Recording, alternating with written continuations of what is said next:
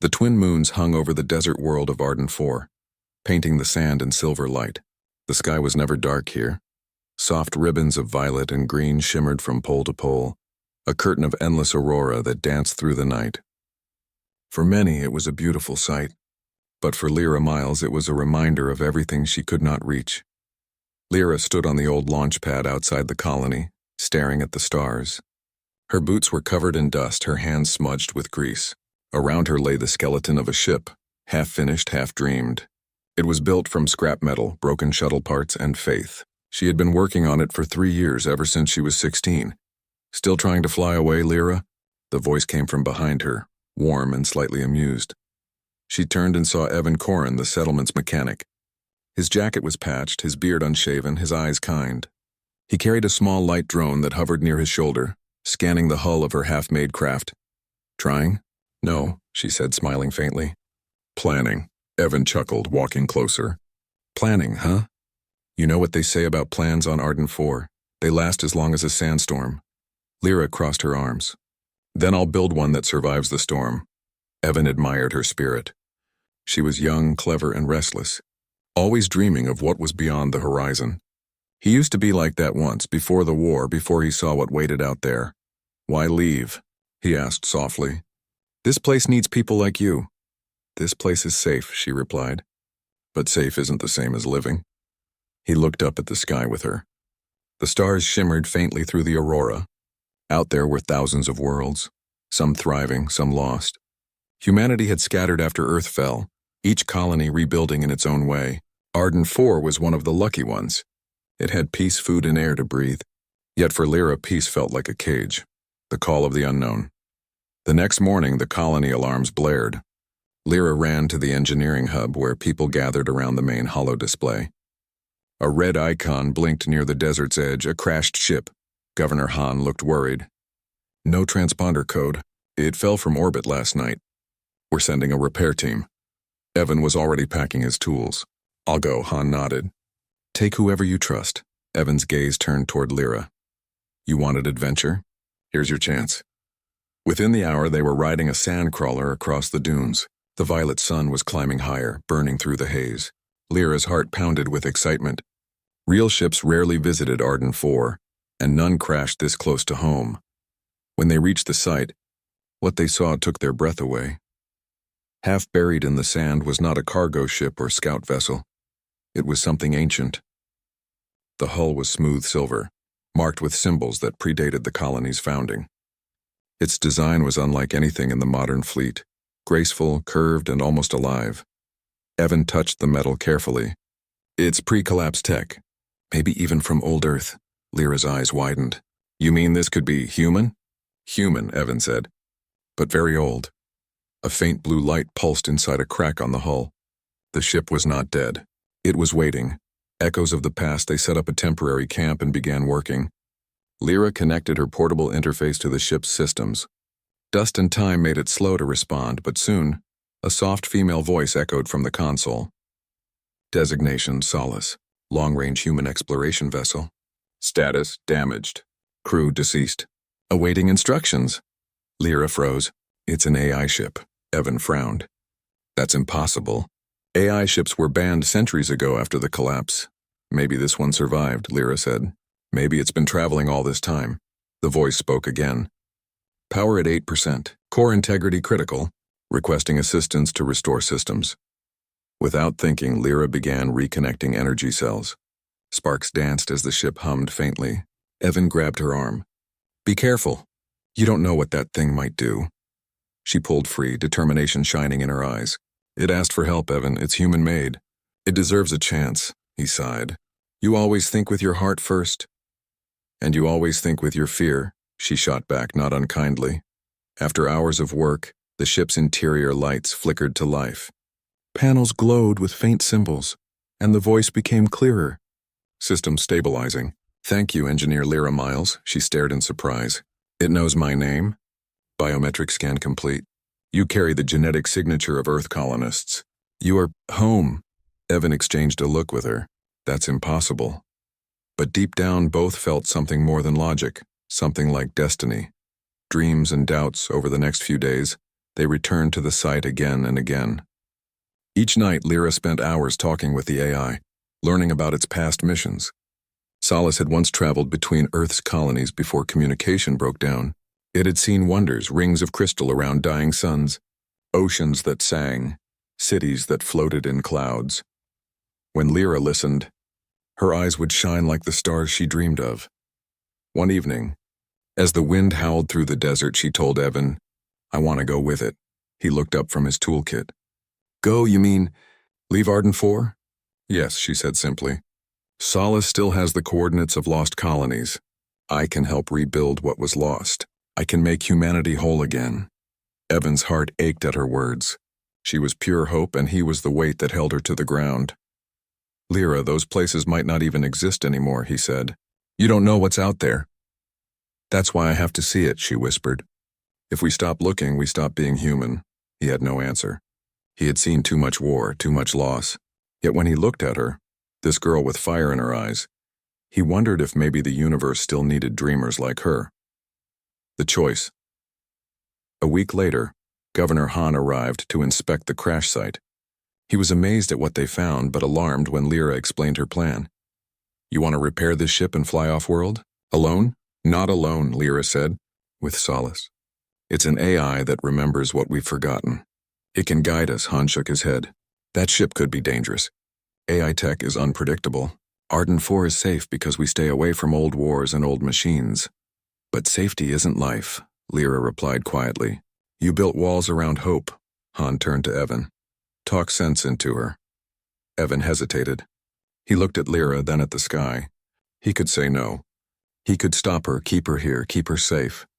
But he remembered her standing under the aurora, eyes full of stars. He sighed. "If she's going, I'm going too." Han blinked. "You?" "Someone has to make sure the engines don't explode," Evan said with a half smile. Lyra's face lit up. "You mean it?" "Yeah," he said softly.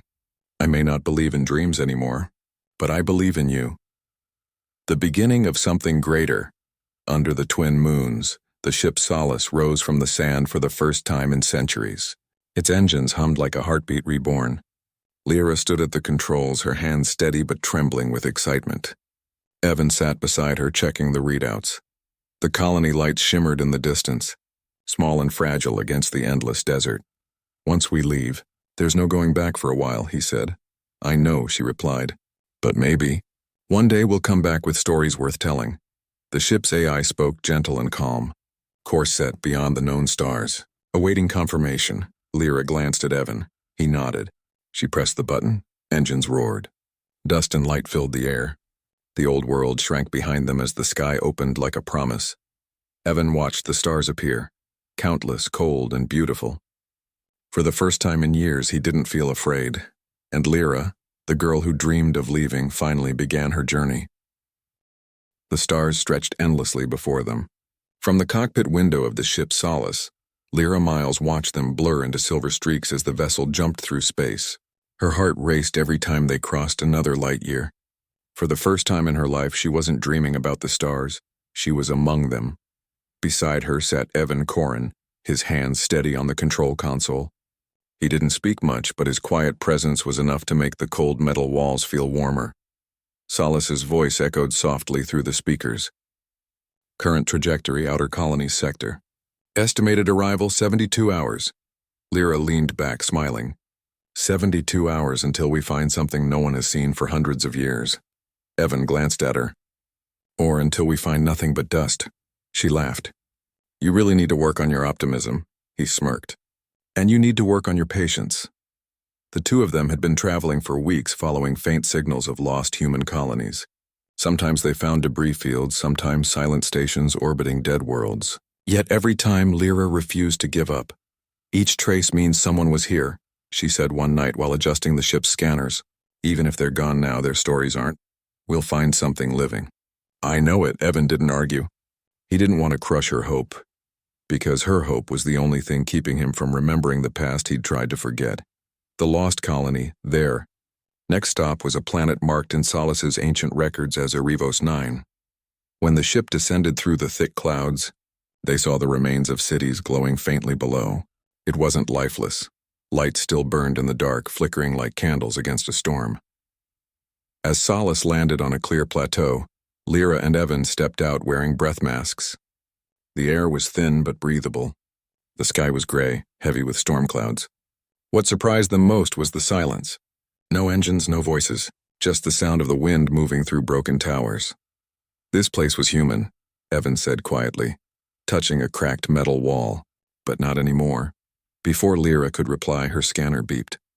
Wait, there's movement. From the shadows, figures appeared. Tall, pale, and wrapped in thin fabric that shimmered under the light. Their eyes glowed faintly, reflecting the color of the storm. One stepped forward and spoke in a voice that was soft yet commanding. Travelers from the void, you are of the old kind. Lyra nodded carefully. We're from Arden 4. We came looking for the descendants of Earth. The tall figure tilted its head. Earth, the myth, Evan frowned. Not a myth. It was our home. The figure smiled sadly. Home is not where one is born, but where one remains. We are the children of Erebos. We remember the sky, but we do not wish to return to it. Their leader invited them into a large structure that still stood among the ruins. Inside it was filled with warm light and strange humming crystals. The air smelled clean, almost electric. Lyra's curiosity burned.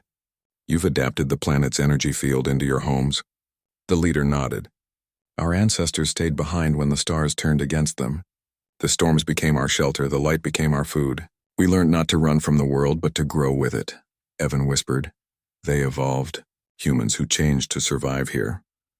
The leader's expression turned serious. You come seeking the past, but beware. Some pasts are not meant to be found. Others remember, and they do not forgive. The warning in the storm that night, Lyra and Evan rested inside the crystal house. The storm outside howled against the walls, but inside it was calm.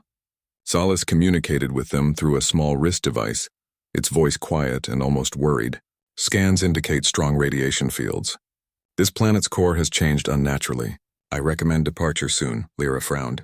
But these people survived it. At a cost, Solace replied. Their DNA is no longer fully human.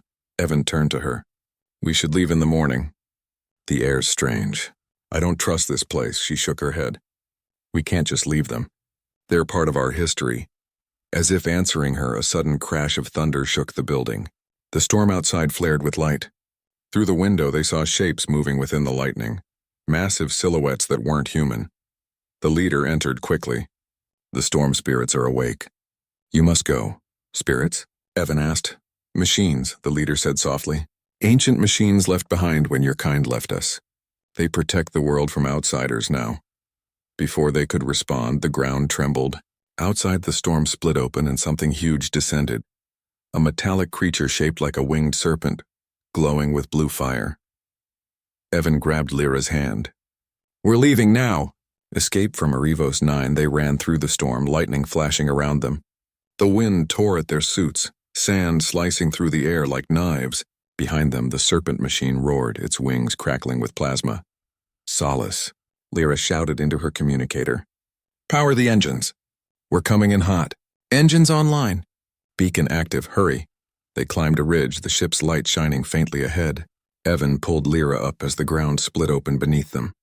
The machine's tail smashed into the rocks where they just stood. They jumped the last few meters and stumbled into Solace's airlock. The door sealed and the ship lifted off instantly. From orbit, they watched the serpent vanish into the storm clouds again, guarding its world. Lyra stared at the planet as it faded behind them. They weren't monsters, she whispered. They were humans, just changed. Evan nodded. They found a way to survive when everyone else ran. Maybe they're stronger than we are. Survival is strength, Solace said, but so is remembering who you are. The ship fell silent after that, the hum of the engines filling the quiet. The forgotten truth later.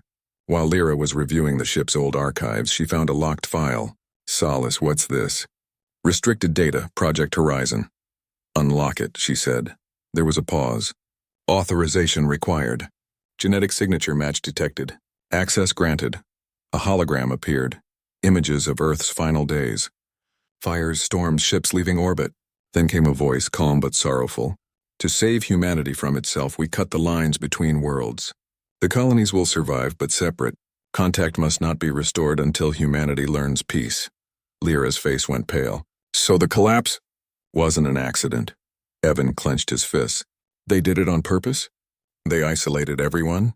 Affirmative, said Solace. It was a choice to prevent another war. I was part of that mission, to observe and protect the silence between the stars. For a moment, no one spoke. The truth was too heavy. Humanity hadn't just lost its home. It had chosen to forget it. Finally, Lyra said quietly, "Then maybe it's time to end the silence." Evan looked at her. "You still think we can fix what they broke?" "I think we have to try," she replied. "If humans made the walls, humans can tear them down." He smiled sadly. "You never stop believing, do you?" "Someone has to," she said softly. A call from home days later as they prepared to jump to another system, Solace's tone suddenly changed. "Incoming transmission. Origin Arden 4, Lyra froze. From the colony? Confirmed. Signal is weak but urgent." Governor Hand's face appeared in static on the screen. His voice was broken by interference. "Arden 4. Emergency. Solar flare. Atmosphere generators failing. Need help." Then the signal died. Evan's hands tightened on the console. "A solar storm. That's bad, really bad. If those generators fail, the colony's air will collapse." Lyra's heart pounded. The ship's course had been set for a new destination, a lost colony far beyond the map. But now their home was in danger. Solace asked softly, "Do you wish to change course?" Lyra hesitated. The stars outside shimmered, endless and inviting. This was her dream, to see the universe, to discover the forgotten corners of humanity. But now, people she loved were in danger. The same people who built her wings were calling her back. She looked at Evan. His eyes were calm, steady. "Whatever you decide," he said. "I'll follow you." Lyra exhaled slowly, then set course for Arden 4. "Course confirmed," said Solace. Engaging jump. The stars bent around them as the ship turned toward home. The stars streaked past Solace's windows as it jumped through the dark expanse of space. Lyra Miles sat at the helm, her hands steady but her heart pounding. Arden 4, her home, was in danger. The colony she had always thought she would leave behind was now calling her back, not for adventure but for survival. Beside her, Evan Corrin checked the ship's systems. His expression was calm, but his eyes betrayed the worry he felt. "If those generators fail," he said quietly, "the air won't last more than a few hours." Lyra nodded. "We can't fail them. We won't fail them." Solace's AI voice hummed softly through the cabin. "Planetary scan complete. The solar flare is larger than any recorded in the past century. Stabilization is possible but requires coordination with ground units." Lyra and Evan exchanged a determined look. The storm that threatened Arden 4 was not just a test of technology, it was a test of humanity itself. Returned to the colony as they descended through Arden 4's atmosphere. The twin moons cast long shadows over the settlement. Dust swirled in the violet-tinted light, and the aurora danced across the sky, more vivid than ever. From orbit, they could see the settlement's lights flickering, some already extinguished by the storm. Governor Han met them at the landing pad, his face pale and drawn. "You made it." "Thank the stars," he said. "We didn't think anyone could respond in time." Lyra climbed down from Solace, her boots crunching in the sand. "We're here," she said firmly. "Show us the generators." Evan followed, carrying tools and spare energy cores. "We're going to need every bit of power we've got," he said.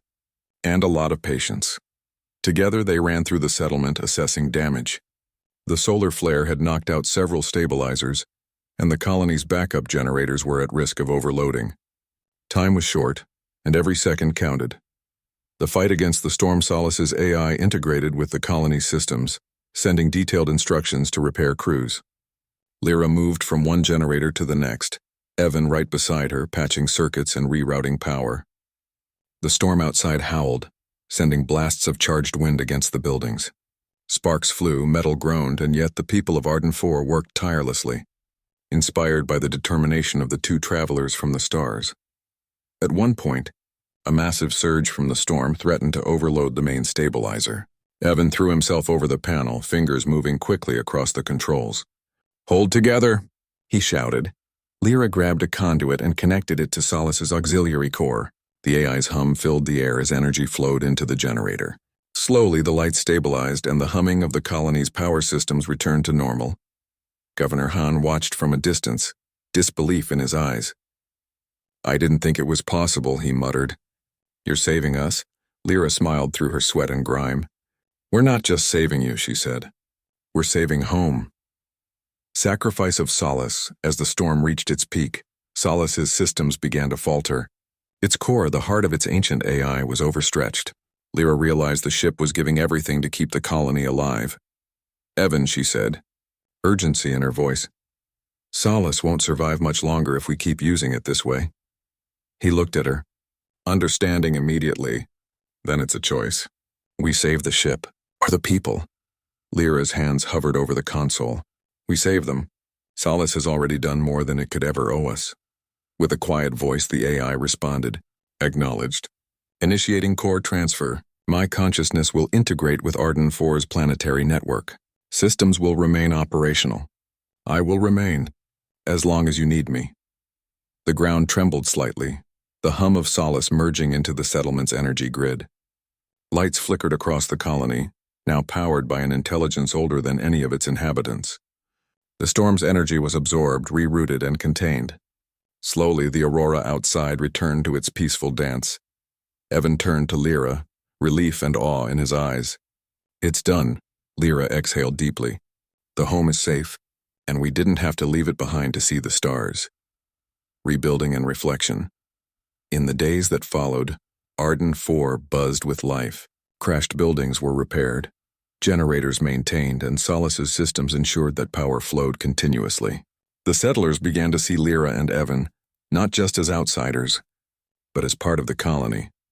Lyra walked through the settlement one evening, past families and children laughing despite the storm that had nearly destroyed them. She realized something she hadn't expected. The stars she had longed for were still there waiting, but the people around her, the ones who had given her home, safety, and the courage to dream, were what made the universe meaningful. Evan joined her as they overlooked the colony. The twin moons reflected in his eyes. "You were going to leave, remember?" he asked with a faint smile. She smiled back. "I wanted to see the stars, but I also wanted a reason to come back." He reached for her hand. "Then I guess you found one." Lyra squeezed his hand. "I did, and it wasn't just one reason. It was all of them. A new beginning." Weeks later, the colony gathered at the launch pad. Lyra had begun designing a new starship, not to escape, but to connect the lost colonies once more. Children watched with wide eyes as she explained how she would use Solace's knowledge to create faster, safer travel. Evan stood beside her, tools in hand, ready to help in any way he could. "This isn't just about adventure," he said quietly to her. "It's about bringing people together, about showing humanity that even when we're scattered, we're never truly lost." Lyra nodded. "The stars will always be there. But home is what we make it, and Arden 4 is ours to protect." Solace's AI hummed softly through the planetary network, its voice now calm and omnipresent. Humanity's legacy is not only in exploration, but in care, in courage, in unity. The future is yours to build. Lyra looked at Evan, then at the colony she had almost left behind. She realized that her dream had not ended. It had grown. She had wanted to leave, but now she understood something vital. Adventure was not just about leaving the world behind. It was about making a world worth returning to. Evan smiled at her, a quiet affirmation that he had stayed for more than duty. He had stayed because he believed in her and in what she could do for the people she loved. Together, they would make the stars come home. Final moment that night, under the twin moons and shimmering auroras, Lyra and Evan stood on the launch pad, looking out at the desert that had once seemed small and confining. Lyra placed a hand on Solace's interface. "We dreamed of the stars," she said softly. "But the stars never dreamed of us," Evan chuckled. "Maybe not, but we dreamed of each other. And that's enough," she smiled, leaning against him. The world stretched endlessly before them, and beyond it the stars waited. They had found something greater than exploration, greater than lost colonies or forgotten histories. They had found each other, and in doing so, they had found a home among the stars.